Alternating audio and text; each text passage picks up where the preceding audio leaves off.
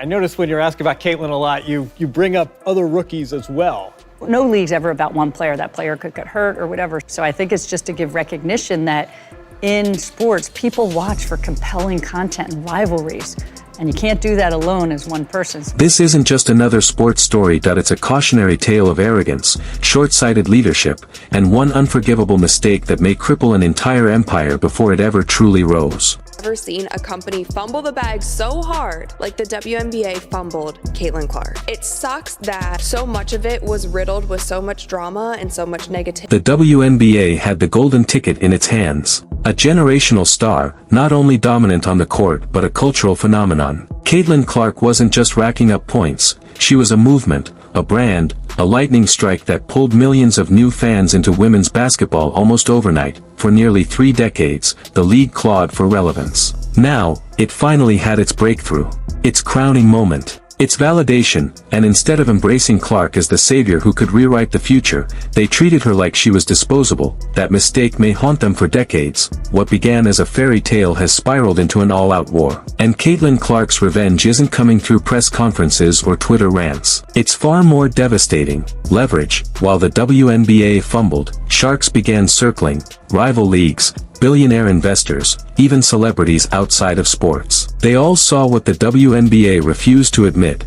Caitlin Clark is bigger than the league itself. So how did it unravel? How did the WNBA mishandle the most electrifying athlete in years so badly that her first 2 seasons became more about betrayal than triumph? Stick with me, because once you see the numbers, the disrespect, and the outside offers already rolling in, you'll realize this wasn't just mismanagement. It was malpractice. When Caitlin Clark burst onto the scene, it wasn't the usual, top pick makes good story. It was a cultural turning point. She shattered records, ignited highlight reels, and had kids across America hoisting logo-range threes in her image.by draft night. She wasn't just another rookie, she was the coronation of women's basketball's future. Lightning in a bottle, the impact was instant. Indiana Fever tickets vanished in hours. Resale prices tripled. Entire arenas brimmed with first-time fans. Broadcast ratings smashed records. Merchandise flew off shelves. Here in the W, we pride ourselves on having a super welcoming, don't get stoned, calm, low-stakes environment. Boston will hoist. She hit it! Where communication is highly valued. Oh, it's getting chippy. Collaboration is always encouraged. Oh, what a pick! We are devoted to working extra hard. We've been delivering astounding results since 1997. Back to back. Because this is a place where basketball matters. Beautiful pass and a good catch and finish. Big time! And if you love Oh, Enrique! real Thomas with the spin move. basketball, Unforgettable finish! welcome to the W. Caitlin Clark had single-handedly made the WNBA relevant. And how did the league repay her? With an insult written in black and white, her rookie contract. 4 years, $338,000 total. About $85,000 a year. Less than a mid-level tech manager. Less than men's assistant coaches. Meanwhile, the NBA's #1 pick signs for $55 million. That's 162 times more. Not 10% more, not double. 162 times that it wasn't just a pay gap, it was a declaration. It said, we don't value her, and when a league doesn't value its own star, the consequences are brutal. They try so long to get respect for women's basketball, and then they treat it like a junior high school girl's locker room.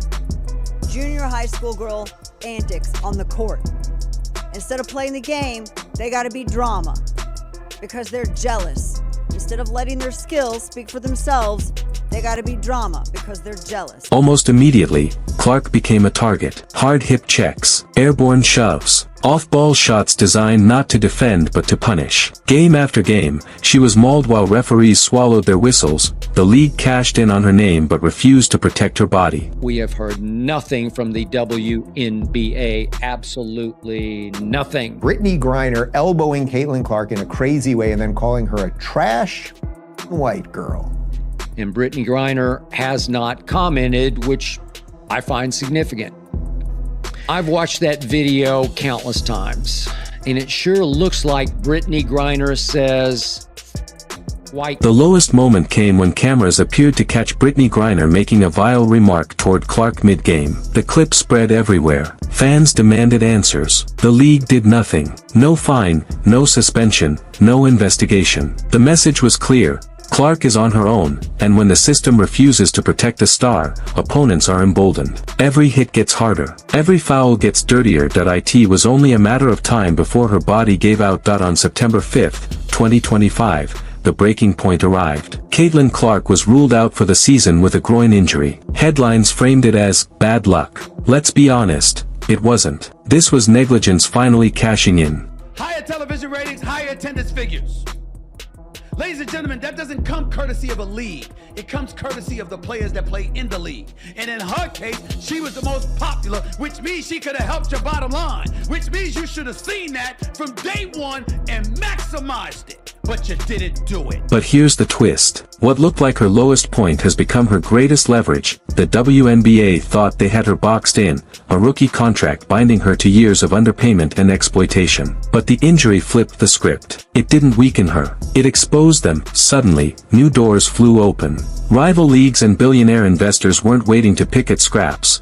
They were preparing to offer her what the WNBA never would: money, protection, and respect. The first bold move came from Unrivaled, the new 3-on-3 league founded by Brianna Stewart and Nafisa Collier, with Gino Orima backing its vision. Unlike the WNBA, they didn't see Clark as a cost to contain. They saw her as a cornerstone. The offer: over $1 million per year plus an equity stake. Not just a paycheck, ownership, legacy, control. For the first time, Caitlin Clark wasn't being treated like just another rookie. She was being treated like a partner, someone who could shape the future of the sport itself.